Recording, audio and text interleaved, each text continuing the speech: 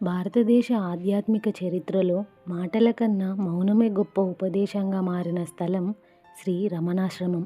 తమిళనాడు రాష్ట్రంలోని పవిత్రమైన తిరువన్నమలై పట్టణంలో అరుణాచల పర్వత పాదాల వద్ద ఉన్న ఈ ఆశ్రమం నేడు ప్రపంచం నలుమూలల నుంచి ఆధ్యాత్మిక సాధకులను ఆకర్షిస్తోంది. ఈ ఆశ్రమానికి ప్రాణం శ్రీ రమణ మహర్షి.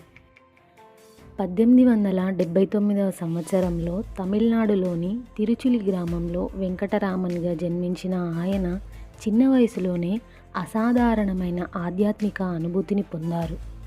16 ఏళ్ల వయసులో ఒకరోజు అకస్మాత్తుగా మరణభయం కలగగా నేను శరీరమా లేక ఆత్మనా అనే ప్రశ్నలో లోతుగా తలామునకలయ్యారు. ఆ క్షణమే ఆత్మజ్ఞానానికి ద్వారం తెరుచుకుంది. ఇల్లు కుటుంబం వదిలి నేరుగా అరుణాచల పర్వతం చేరుకున్నారు. ఇక్కడే ఆయన జీవితం అంతా ఆత్మవిచారణలో గడిచింది. రమణ మహర్షి నివసించిన ప్రదేశమే క్రమంగా రమణాశ్రమంగా పేరుగాంచింది. భక్తులు శిష్యులు ఆయన చుట్టూ చేరడంతో ఒక పవిత్ర ఆశ్రమ రూపుదాల్చింది.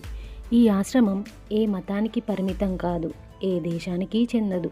ఇది కేవలం ఆత్మకు సంబంధించిన స్థలం. ఆశ్రమంలో అడుగుపెట్టగానే మనసుకు వెంటనే ఒక అలౌకిక ప్రశాంతత కలుగుతుంది. ఇక్కడ ముఖ్యంగా చూడాల్సిన ప్రదేశాలు సమాధి మందిరం, ధ్యాన మందిరం, గోశాల, గ్రంథాలయం. ప్రతిరోజు ఉదయం వేద పారాయణాలతో ఆశ్రమం మోగుతుంది. భజనలు, ధ్యానం, మౌన సాధన ఇవి ఆశ్రమ జీవన శైలిలో భాగం. ఇక్కడ ఎవరూ ఎవరిని ప్రశ్నించరు, ఎవరికీ బోధించరు. ప్రతి ఒక్కరూ తమ అంతరంగంతోనే సంభాషిస్తారు. శ్రీ రమణ మహర్షి బోధనలు భారతదేశానికే కాదు, పాశ్చాత్య దేశాల్లో కూడా అనేక మందిని ప్రభావితం చేశాయి. ఎంతోమంది విదేశీయులు ఇక్కడికి వచ్చి జీవిత దిశ మార్చుకున్నారు. జీవితంలో ఒక్కసారైనా మౌనాన్ని వినాలనుకుంటే, మీ అసలు స్వరూపాన్ని తెలుసుకోవాలనుకుంటే అరుణాచల పర్వత పాదాల వద్ద ఉన్న ఈ రమణాశ్రమం మీకోసం ఎదురు చూస్తుంది.